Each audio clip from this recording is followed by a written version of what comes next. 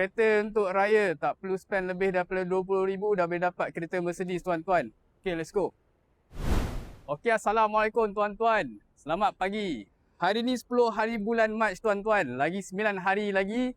Lepas tu kita akan start raya tuan-tuan. Okay, kita lagi 9 hari lagi ya tuan-tuan. Berpuasa.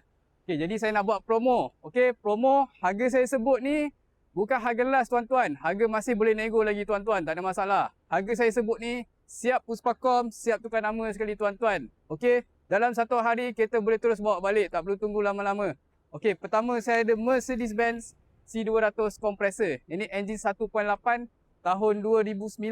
Yang ni saya nak jual dengan harga 18,800 saja tuan-tuan. Kemudian saya ada Mercedes-Benz W204 C200. Yang ni dia start pakai enjin CGI lah, lagi baru. 1.8 tahun 2011. Yang ni saya nak jual dengan harga 19,800 saja. Bukan itu saja tuan-tuan. Saya ada yang luxury spec punya Mercedes-Benz S300L. Okey, engine 3.0 V6 tuan-tuan.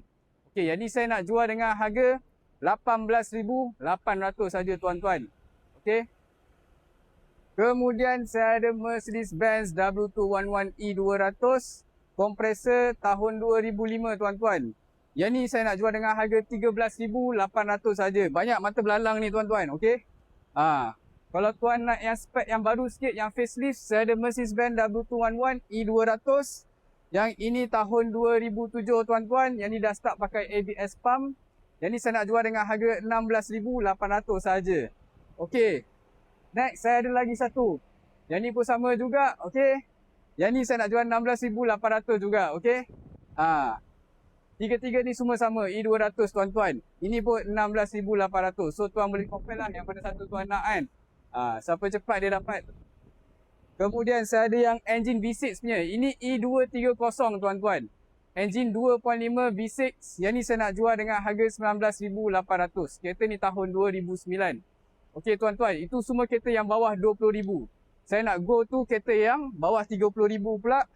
Ini Mercedes-Benz W204 C200 CGI tahun 2012 tuan-tuan.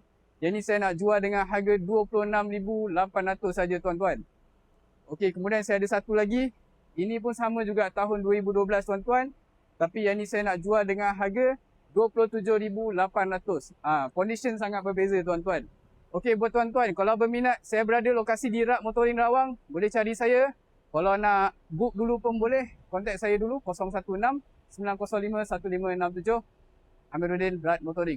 Assalamualaikum.